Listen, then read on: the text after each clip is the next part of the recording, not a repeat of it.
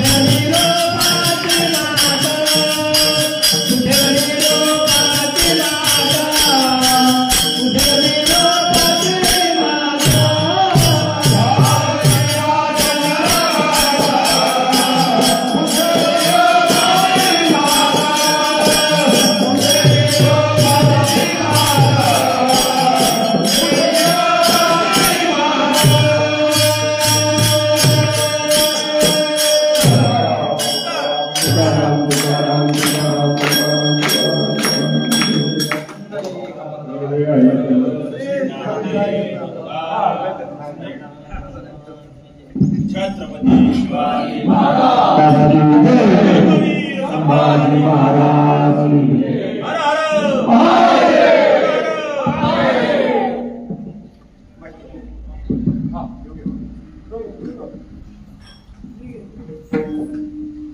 या ठिकाणी विठ्ठल रुक्मिणी मंदिर जवळमळा सोहळी आणि या मंदिरामध्ये आज आपल्या वेळेश्वर पायदंडी सोहळा विना सांगता आणि त्याचबरोबर शिवाजी महाराज छत्रपती शिवाजी महाराज व या ठिकाणी वेळेश्वर देव यांची असणारी भेट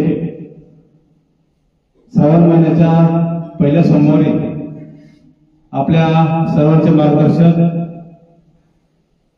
त्याचबरोबर आपल्या परिसराचं नव्हे तर तालुका नव्हे तर जिल्ह्याचं भूषण राज्याचं भूषण या ठिकाणी वेळेश्वर दिंडी पाय सोहळ्याचे संस्थापक अध्यक्ष नामदेव महाराज वाळके यांच्या मार्गदर्शनाखाली विश्वविक्रमी कीर्तनकार हरिभक्त परायण बाजीराव महाराज बांगला यांच्या नेतृत्वाने चालत असलेला हा सोहळा की खरोखरच आपण पाहतोय नुसतंच या ठिकाणी प्रवचन असेल कीर्तन असेल या माध्यमातून जनतेची सेवा करत असताना आपल्या या वेळेश्वर देवस्थानचं महत्व महात्मा या ठिकाणी वाढवण्याचं काम बाजीराव महाराज बांगला यांच्या सुराचं संघ या माध्यमातून होत आहे.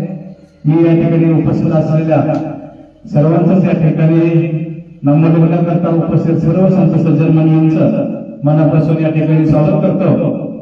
यामध्ये हरिभक्त परायण सज्जन महाराज मोरे असतील, त्याचबरोबर भरत महाराज तोत्रे असतील, नानाथ महाराज कुंजळे, बाबासाहेब धमाले, विजयगिरी विश्वनाथ गुप्ते असतील, सर्व भक्त मंडळी असतील, सर्वांचं या ठिकाणी मनापासून स्वागत करतो.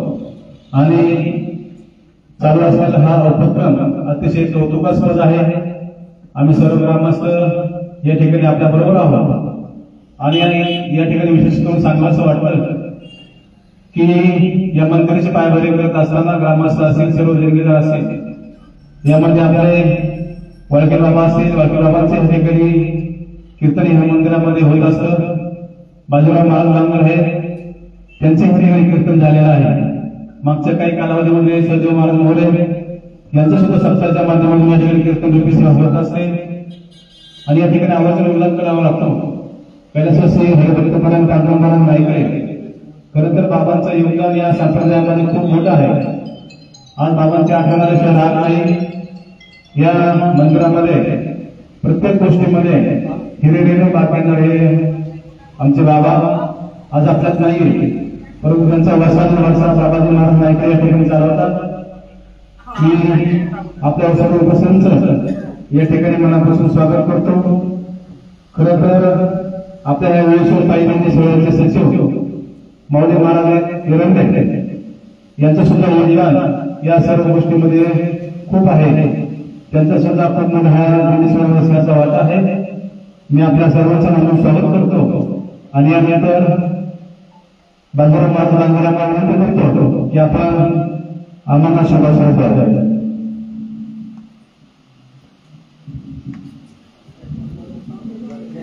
प्रतिवर्षाप्रमाणे याही वर्षी विठ्ठल रुक्मिणी मंदिरामध्ये नवलेपाड्यातील ग्रामस्थांकडून विशेषतः वरक्ष नवले पाटील यांच्या माध्यमातून दरवर्षी पालखी सोहळ्याचं आपल्या वेळेचं या ठिकाणी स्वागत होत असतं.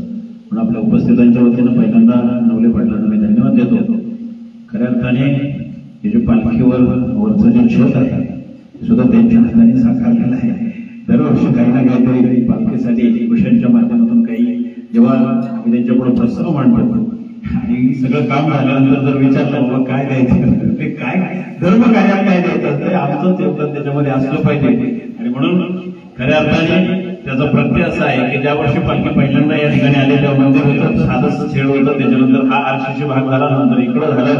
दरवर्षी त्या ठिकाणी हे अतिशय वैभवात त्या ठिकाणी रूपांतर झालेलं आहे आणि आता खऱ्या अर्थाने प्रशस्तपणा याच्यामध्ये जाणवलेला आहे. आणि नजीकच्या कालखंडामध्ये सदगावकरांचा घोषणामध्ये अजून एक गोष्ट आपण त्या ठिकाणी प्लस करणार आहोत. मी आता प्रत्येक मुकामाला त्या ठिकाणी सांगत जाणार आहे प्रत्येक ठिकाणावर की पाठीमागं साधारण मला वाटतं 4 महिन्यापूर्वी आपण भूमिपूजन केलेलं आहे. वेळेश्वर गडावर आपण महाराजांचा जो काही स्वराज्याची शपथ याचं शिल्प नगर तालुक्यामध्ये मोठ्या प्रमाणात आजपर्यंत कुठे ऐतिहासिक शिल्प नाही आहे आणि त्या प्रमुख आणि चांगल्या पवित्र ठिकाणी व्हावं. आणि म्हणून आपण वेळेश्वरला लवकरच नजीकच्या कालखंडामध्ये ते काम सुरू होईल. ते शासनाच्या परवानग्या वगैरे बरीचशी अवघड गोष्ट आहे, परंतु त्याचा निश्चित कालावधी आपण निश्चित केलेला आहे. 2 वर्षामध्ये आपल्याला ते पूर्ण करायचं आहे. त्याचा अंदाजे खर्चाची रक्कम जवळपास 20 लाख रुपये आहे. आपल्या सरकारकडे प्रत्येक कुटुंबाने आपल्या कष्टातलं किमान 2% रक्कम या गोष्टीसाठी आपण सगळ्यांनी द्यायची आहे. आता 1 महिन्यापूर्वीच वारीला जाण्याच्या अगोदर बाबांच्या घरी मिटिंग झाली.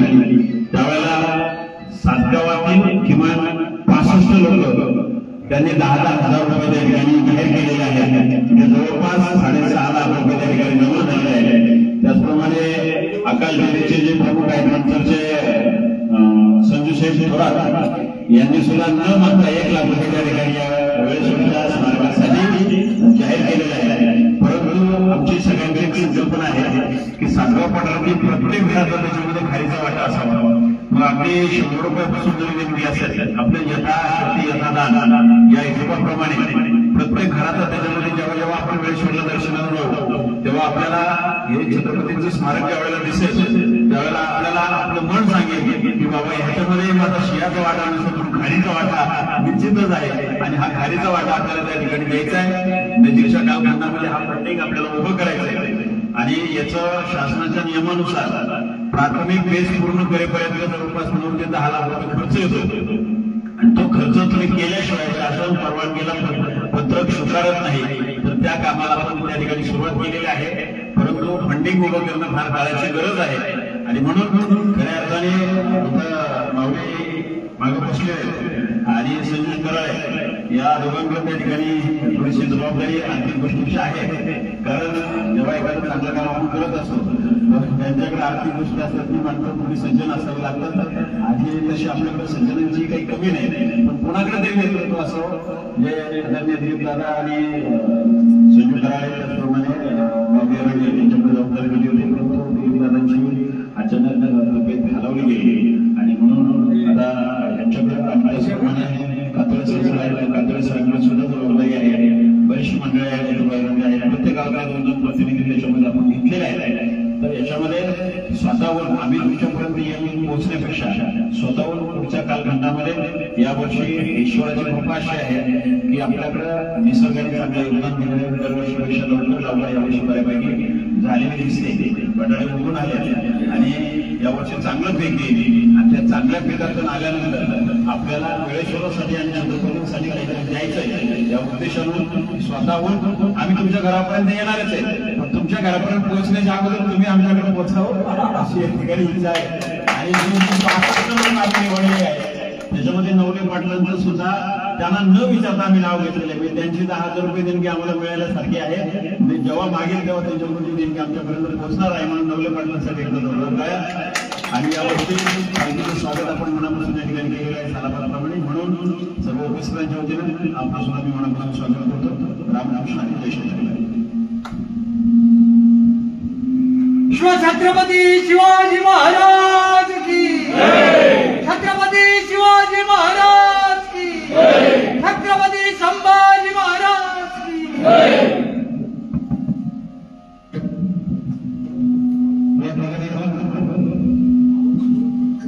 आमच्या या सप्ताह